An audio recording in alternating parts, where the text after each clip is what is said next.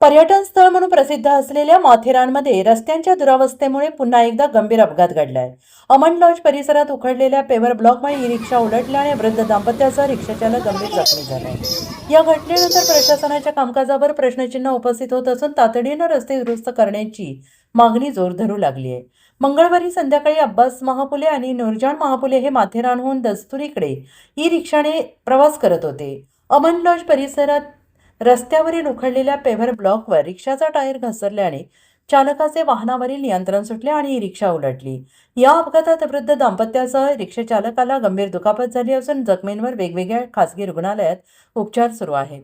या दुर्घटनेसाठी रिक्षा चालक नव्हे तर रस्त्याची अत्यंत खराब अवस्था जबाबदार असल्याचा आरोप महापुले कुटुंबियांनी केला आहे।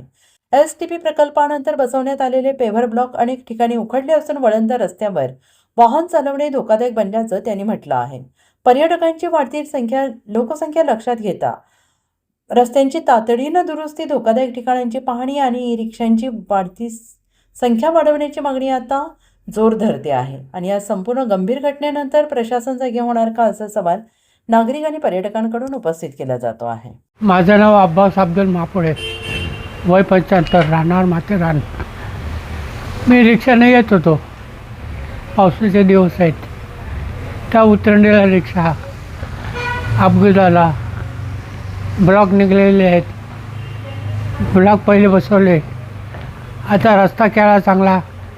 ह्या घडणारी गोष्ट घडली ब्लॉकमुळे घडली का चिखलामुळं टायर स्लिप होतात, अशा कशामुळं घडले ते शोधाल।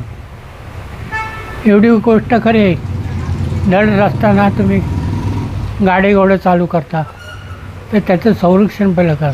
मी, माझी बायको, तो रिक्षा चालक, त्याची बी हालत माझ्यासाठी तर तो घाबरला आहे, त्याचा काय दोष नाही। मला स्पष्ट बोलायचं नाही। ह्या गावामध्ये रस्ते करते आहेत नगरपालिका, चांगली गोष्ट आहे। आता घोड्यावाल्यांचा विरोध आहे, ब्लॉक नको। ब्लॉकमुळं काय घडतं, त्या टायमाला बनवला, आता काय काढायला होता का? जनतेचा पैसा उधळायचा आहे। ह्या गोष्टी पहिला चांगला रोड झाला पाहिजे, तेव्हा तुम्ही गाडी घोडे चालू करा। आणि माझं घडलं, उद्या टूरिस्टचा घडेल। एक्सीडेंट है ना, हम घर से 5 बजे निकले, रिक्शा ही रिक्शा में बैठे और रिक्शा थे एकदम फास्ट भी नहीं आ रही थी, स्लो लाया था, लेकिन वो पत्थरों में ना उसके रिक्शा का टायर ये हो गया ना, वैसे वो गाड़ी स्लिप हो गई।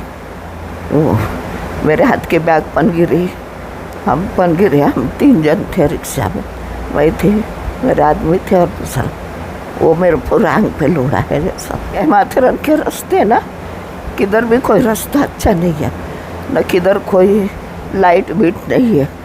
रास्ते अभी बारिश के हिस्से, किधर धोखे गए ले, किधर क्या हो गए ले, तो उधर क्या कौन देखने वाला कोई नहीं जैसा कि कभी भी कुछ भी अभी हमारे साथ हुआ और किसी के साथ नहीं होना, हम ये सोचते। ती लोक खाली येत होती वरतून, मंगळवारचा दिवस होता, संध्याकाळी येत होती आणि पाऊस पण जास्त होता।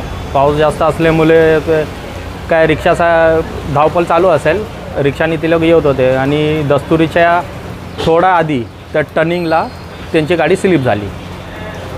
त्याच्यात काय ड्रायव्हरची पण काय चुकी नाही, कारण ब्लॉक एकदम चिकणे पावसामध्ये चिकणे होतात आणि एका साईडला ते दगडीचा रस्ता आहे घोडेवाल्यांसाठी, तर घोडे काय तिकडून जात नसतील, या साईडनं गेला असतील, रिक्षावाल्यांनी काय टर्न साईड बीट मागितला नाही तर दगडीला लागून रिक्षा झाली पलटी, तर त्यांना थोडा अपघात झाला आहे। पण असा पुढे काही झाला नाही पाहिजे अशी आमची मागणी आहे का रोड बीड चांगले करा, आमचा झाला आहे, दुसऱ्यांचा असा काय झाला नाही पाहिजे।